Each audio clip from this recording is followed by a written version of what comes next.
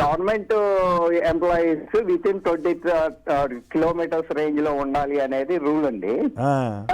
మరి ఈ వీళ్ళు మరి గవర్నమెంట్ కిందకి రారా? ఎవరు? డిప్యూటీ సీఎం గారు కానీ లేకపోతే చంద్రబాబు నాయుడు గారు కానీ వీళ్ళు మరి దీని మీద మరి అంటే డబ్బులు చాలా ఖర్చు అయిపోతున్నాయి కదా స్పెషల్ ఫ్లైట్లు కదా పైగా వాటికి.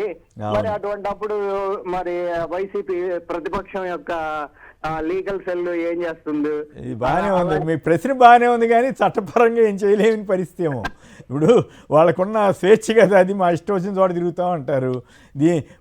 గవర్నమెంట్ ఎంప్లాయీ అంటే ఆ ఊళ్ళోనే ఉండాలని రూల్ ఉంది.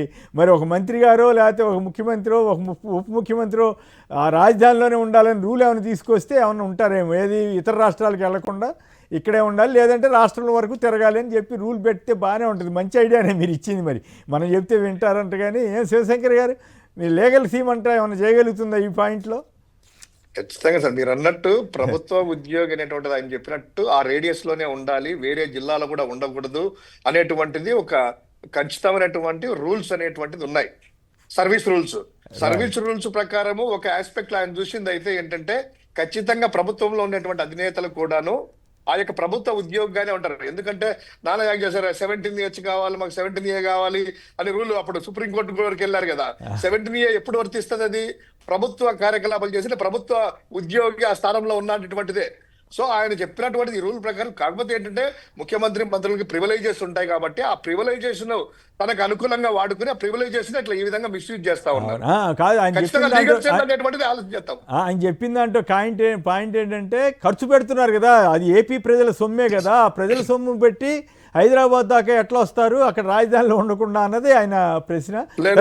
అవసరాన్ని బట్టి అధికారిక టూర్లు అయితే వెళ్ళొచ్చు, కానీ ఇట్లా జ్వరం వచ్చినప్పుడు లేకపోతే ఇంట్లో వాళ్ళని చూడటానికో ఇటువంటిప్పుడు మరి ఎంతవరకు కరెక్ట్ అనేది చర్చ. అది దానికి అది అంతలేని చర్చ అనుకోండి, ఎవరు వాదన వాళ్ళకు ఉంటుంది. ఇక రామ్మోహన్ గారు కడప నుంచి. రామ్మోహన్ గారు నమస్కారం. అభ్యంతరకర వ్యాఖ్యలు చేయొద్దు దయచేసి. నమస్తే సార్. నమస్తే, మాట్లాడండి. అక్కడ ప్యానెల్ ఉండే వాళ్ళకి ఒక ప్రశ్న సార్. చెప్పండి.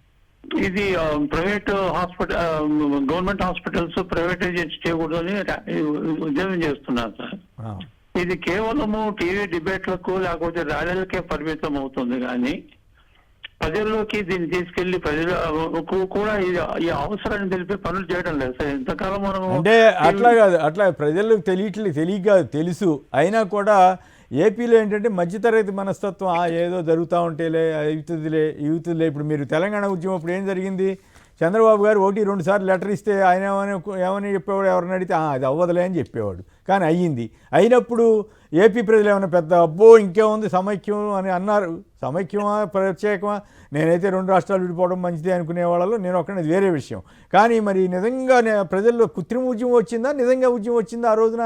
అంటే ఏపీ ప్రజల్లో ఆ చైతన్యం రావాలా వద్దా అనేది ప్రజలు నిర్ణయించుకోవాలి. శివశంకర్ సంక్షిప్తంగా చెప్పండి, నేను బ్రేక్ తీసుకోవాలి. దీనికి వైఎస్ఆర్ కాంగ్రెస్ పార్టీ అనేటువంటిది ప్రజల తరపున ఉద్యమాలు అనేటువంటిది ఆల్రెడీ స్టార్ట్ చేశాం. మన యూత్ స్టూడెంట్ విభాగంలో ప్రతి మెడికల్ కాలేజీలకి రాష్ట్రం అంతా చేశాం. నిన్న ఎస్సీ విభాగాల ఆధ్వర్యంలో నిన్న జరిగింది. లీగల్ గా కూడా అప్రోచ్ అవుతా ఉన్నాము. జగన్మోహన్ రెడ్డి గారు తరచు కూడా ఈ యొక్క ఒక స్టేట్మెంట్ కూడా చేశారు. తర్వాత ఒకవేళ పొరపాటున ఎవరైనా టెండర్లో పాల్గొన్నా కూడా మా ప్రభుత్వం వచ్చిన వెంటనే వీటిని చట్టపరంగా మొత్తం తీసేసుకొని ప్రభుత్వ ఆస్తులుగానే గుర్తిస్తాము, తీసేసుకుంటాం అనేటువంటిది కూడా చెప్పారు. సో మీరు అన్నట్టు ఆ ప్రజలలో కూడా చైతన్యం ఉంది. సోషల్ మీడియా ద్వారా ప్రశ్నించాలని బయటకు వచ్చిన వైసీపీ నాయకుల్ని కార్యకర్తలను అరెస్ట్ చేస్తా చేస్తా గంజాయి కేసులు పెట్టేటప్పుడు వాళ్ళలో ఒక భయం అనేటువంటిది ఉంది.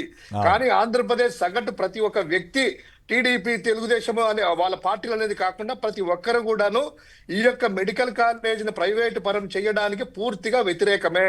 కానీ భయం అనేటువంటిది రాష్ట్రంలో ఎలా ఉందంటే నిరంకుశన పాలన వల్ల ఒక ముషరఫ్ ఉన్నట్టో ఇంకోటి ఉన్నట్టో ఒక భయాందోళనగా ఉంది ప్రజల్లో. లేకపోతే బయటకు వచ్చేవాళ్ళు ఈ పార్టీకి. Okay, right. అంటే అధికార పార్టీ వాళ్ళు చివరికి చిరంజీవి గారిని తిడితేనే మాట్లాడలేని పరిస్థితిలో ఆంధ్రప్రదేశ్ ప్రజలు ఉన్నారా, లేకపోతే జనసేన వాళ్ళు ఉన్నారా అంటే ఏం చెబుతాం? రాంభూపాల్ గారు చూస్తున్నారు కదా, ఇందాక అల్లర్లు చేస్తున్నారు. అల్లరంటే సినిమా హాల్లోకి వెళ్ళి కాగితాలు చించడాలు, గంతులేటాలు. ఏ యాక్టర్ ఆ యాక్టర్ అని కాదు, అటువంటి వాటికి ప్రాధాన్యత ఇస్తున్నారు. ప్రజలకు సంబంధించిన సమస్యలను కానీ లేదు. ఇప్పుడు చిరంజీవి అభిమానులు ఉన్నారు, వాళ్ళు మరి ఎందుకు నిరసనలు చెప్పలేకపోయారు? పవన్ కళ్యాణ్ గారు ఇంతవరకు నోరే వెప్పలేకపోయారు కదా రాంభూపాల్ గారు. సార్ ఒకటి సార్, ఇప్పుడు ఆ కాలర్ అడిగినట్లు ప్రజల్లో అసలు ఇది ఎందుకు ప్రచారం కావడం లేదు లేదా ఆందోళన, వాస్తవానికి ఇప్పుడు ప్రచార స్టేజ్ లో జరుగుతుంది. మొన్ననే సిపిఎం రౌండ్ టేబుల్ సమావేశం జరిగింది, అనేక జరిగింది, పార్టీలను చోటు తీసుకుంటుంది. అదే విధంగా జన విజ్ఞాన వేదిక, ఇతర కొన్ని దాంట్లో ఏంటి సడన్ గా డాక్టర్స్ పివి రమేష్ గారు లాంటి వాళ్ళు కూడా ఓపెన్ అయ్యారు.